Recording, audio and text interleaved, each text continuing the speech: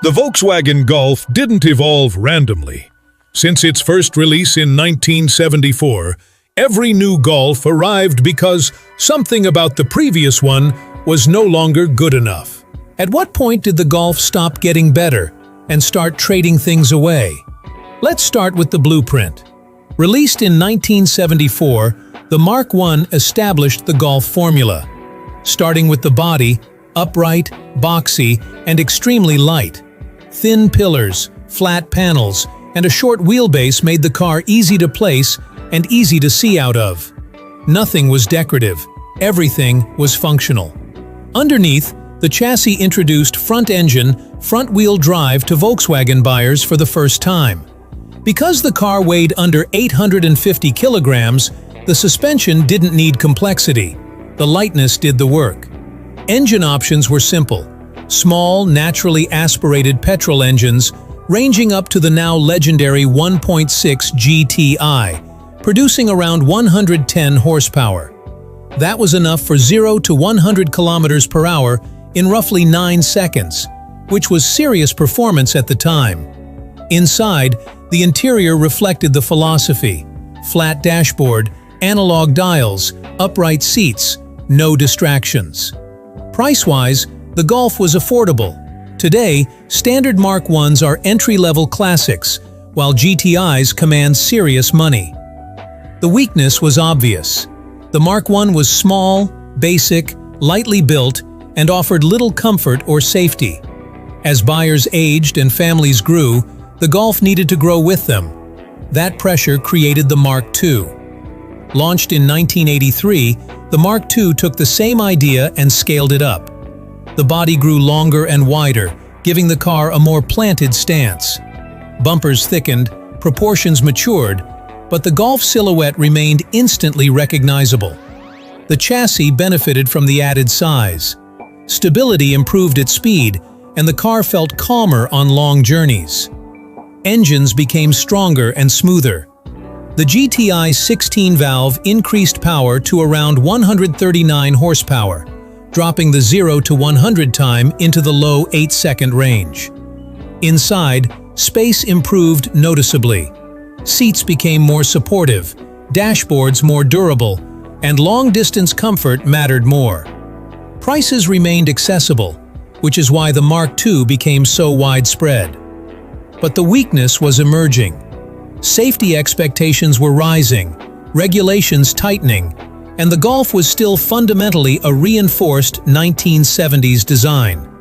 To survive the 1990s, priorities had to change. Released in 1991, the Mk3 marked a clear shift. The body became rounder and heavier. Panels thickened, and the overall shape softened, not for style, but for crash protection. This was the first Golf designed primarily around safety. The chassis gained reinforcement, improving rigidity but adding significant weight.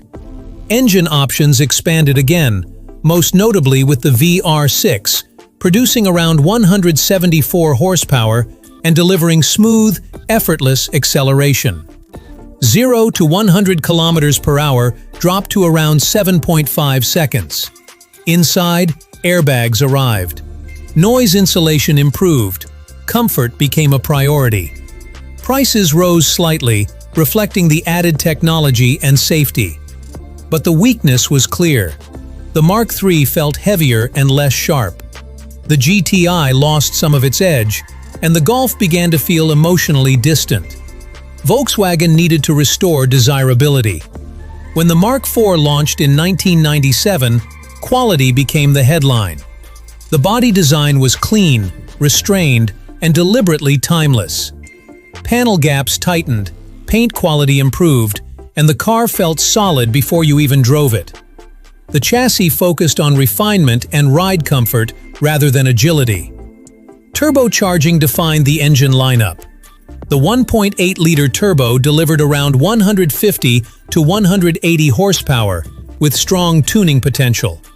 The R32, introduced later, produced 240 horsepower, used all-wheel drive, and hit 0 to 100 kilometers per hour in about 6.6 seconds. Inside, the interior transformed expectations. Soft touch materials, solid switchgear, and excellent build quality pushed the Golf into near-premium territory. Prices climbed accordingly. And that was the weakness. The Golf now felt heavy and less engaging than its rivals. It was beautifully built, but dynamically conservative. Volkswagen had to make the Golf exciting again. Launched in 2003, the Mark V was a mechanical reset. The body grew taller, but the stance widened.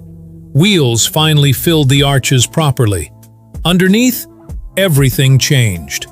A new platform introduced a multi-link rear suspension, dramatically improving handling.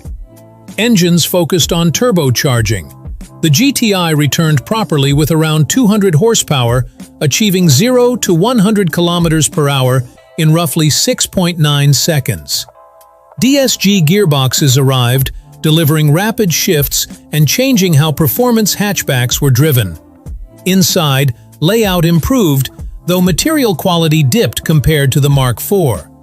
Prices were competitive, and performance value was excellent. But there was a weakness. Early reliability concerns and inconsistent interior quality reminded buyers this was a transition generation. Volkswagen now had the right platform, it just needed refinement. Released in 2009, the Mark VI refined the formula. The body sharpened subtly. Headlights modernized, lines tightened. The chassis improved ride comfort and noise suppression without dulling handling. Engines became more efficient.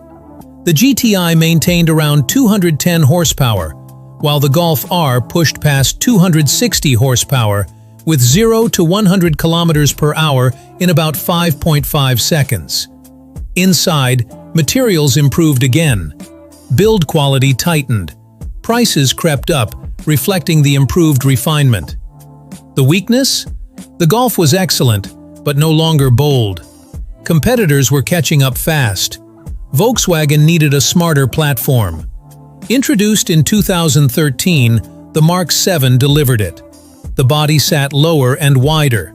Creases sharpened. Proportions finally matched performance.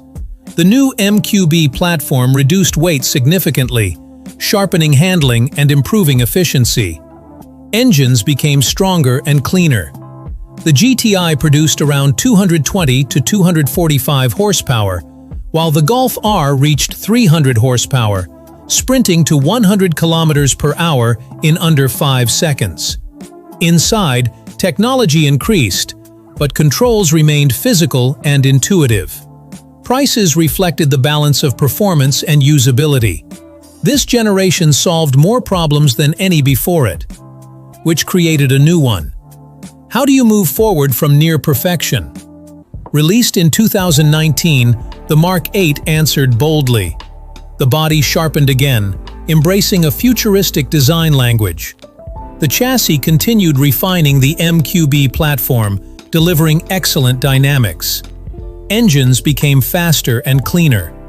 The Golf R now exceeds 315 horsepower, remaining brutally quick. Inside, buttons disappeared. Touch controls took over. The Golf went fully digital. Prices rose significantly. Performance is outstanding. But the weakness isn't mechanical. It's emotional. From 1974 to today, every Golf fixed something and compromised something else. Lightness became safety. Safety became weight. Weight demanded power. Power demanded control. Control demanded technology. The Golf never stopped evolving, but evolution eventually became a trade-off. So the real question isn't which Golf is best. It's which Golf solved the most problems without creating new ones. And that answer depends on what you value most.